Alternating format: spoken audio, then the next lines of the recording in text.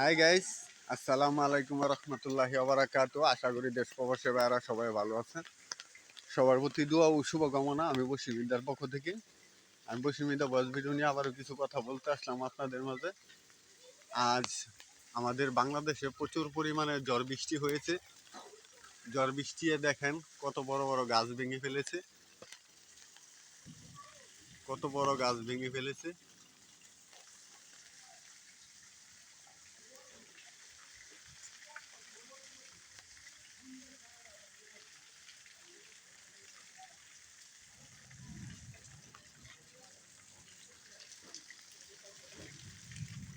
প্রচুর পরিমাণে ঝড় বৃষ্টি হয়েছে।